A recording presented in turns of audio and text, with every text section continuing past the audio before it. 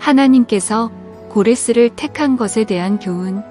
하나님께서 고레스를 사용하시는 것을 통하여 우리에게 깨닫게 하시는 것이 있습니다. 첫째, 하나님의 손에 붙들려서 사용되는 것은 엄청난 복입니다. 고레스는 사실 하나님 앞에서 아무것도 아니었습니다. 하나님의 택한 자손도 아니고 하나님을 아는 사람도 아니었습니다.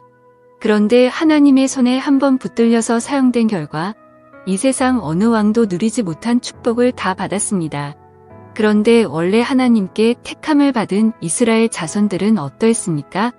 하나님의 손에 붙잡히는 것을 아주 귀찮아하고 할 수만 있으면 하나님의 손에 사용되지 않으려고 이리 빼고 저리 빼고 하다가 결국 바벨론의 포로가 되었습니다. 어떻게 보면 신앙생활이라는 것이 하나님과 우리의 술래잡기 같은 느낌이 들 때가 있습니다. 하나님께서 우리를 붙잡아서 쓰시려고 하면 우리는 온갖 수단과 방법을 다해 도망을 치지 않습니까? 예수님은 이를 왕의 잔치 비유로 말씀하셨습니다. 한 왕이 잔치상을 차려놓고 사람들을 초청했는데 이 핑계 저 핑계를 대면서 다 빠져나가고 아무도 오지 않았습니다. 어떤 사람은 밭을 샀으니 보러 가야 해서 못 온다고 하고 어떤 사람은 소를 여러 마리 샀기 때문에 시험하러 가야 해서 못 온다고 하고 어떤 사람은 장가 들어서 못 온다고 했습니다. 그들은 하나님의 손에 붙잡혀서 사용되는 것이 얼마나 귀하고 복된 일인지 몰랐던 것입니다. 그래서 하나님은 이스라엘과 아무 상관도 없는 이방인 왕 고레스를 사용하신 후 그 값으로 온갖 축복을 다 주시는 것입니다. 둘째, 하나님은 이스라엘 자손들만의 하나님이 아닙니다. 기름을 붓는 것은 장차 성령을 주신다는 상징적인 표시입니다.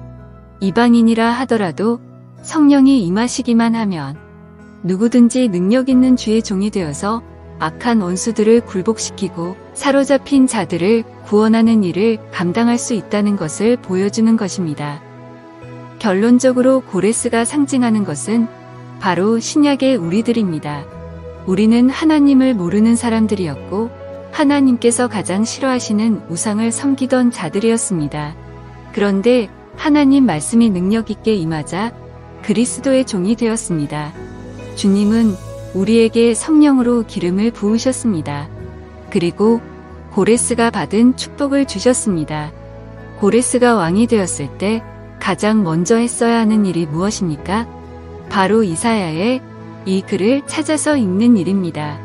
왜냐하면 이 글에는 자신에 대한 축복의 말씀이 잔뜩 기록되어 있기 때문입니다. 고레스가 이를 믿고 믿음으로 싸우면 모든 왕을 굴복시킬 수 있습니다.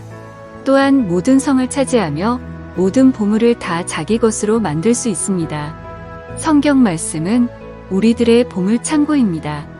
누가 먼저 성경의 약속을 읽고 차지하느냐 하는 데 따라서 능력 있는 삶이 좌우되는 것입니다. 우리가 바로 고레스입니다. 우리가 하나님의 손에 붙들려 사용되기만 하면 모든 원수를 다 굴복시킬 수 있습니다. 어떻게 굴복시킵니까? 그것은 하나님 말씀과 성령의 능력입니다. 하나님의 위대한 복음이 선포되면 사탄의 세력은 힘을 다 잃게 되어 있습니다. 모든 성문들은 문이 열리게 되어 있습니다. 우리는 가장 귀한 보물인 사람들의 영혼을 차지하게 될 것입니다. 예수께서는 어부 출신인 제자들에게 너희는 사람을 낚는 어부가 되리라고 말씀하셨습니다. 만일 그들이 광부 출신이라면 너희는 사람을 캐는 광부가 되리라고 하셨을 것입니다. 영혼을 건지는 것이 최고의 보물입니다. 우리 모두에게는 하나님의 무한대의 능력과 축복이 약속되어 있습니다. 그것을 몰라서 찾아 먹지 못하고 있는 것뿐입니다. 우리에게는 하나님의 보물창고가 이미 열려 있습니다.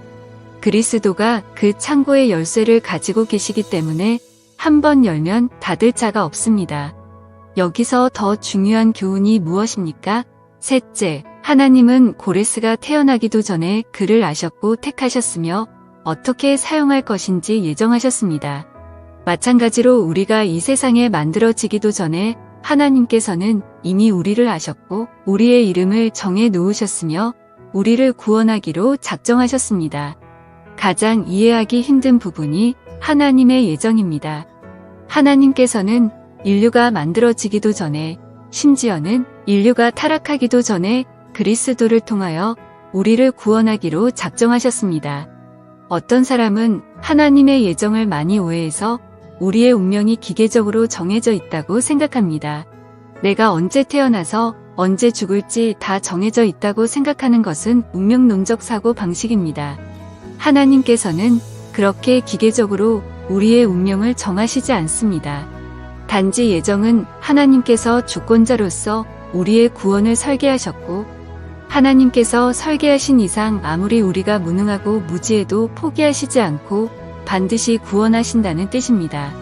하나님께서는 우리 인간들이 오직 그리스도 예수 안에서 구원받게 하셨습니다. 우리는 하나님을 몰랐지만 하나님은 우리를 아시고 계속 우리와 함께 걸어오셨습니다. 결코 우리를 혼자 두시지 않고 우리가 모르는 가운데 지켜주셨습니다. 그러다가 결정적인 순간에 하나님을 알게 하시고 예수님을 믿게 하심으로 구원받게 하시는 것입니다. 그러므로 예수 믿기 전에는 예정을 알 수 없습니다. 단지 믿고 난 후에 보니까 내가 예수 믿는 것이 우연이 아니더라는 것입니다. 하나님께서는 오래전부터 나의 삶을 인도하시다가 결정적인 순간에 꼼짝 못하게 해놓고 예수님을 믿게 하신 것을 깨닫고 더 하나님을 의지하고 더 하나님께 감사드리게 됩니다.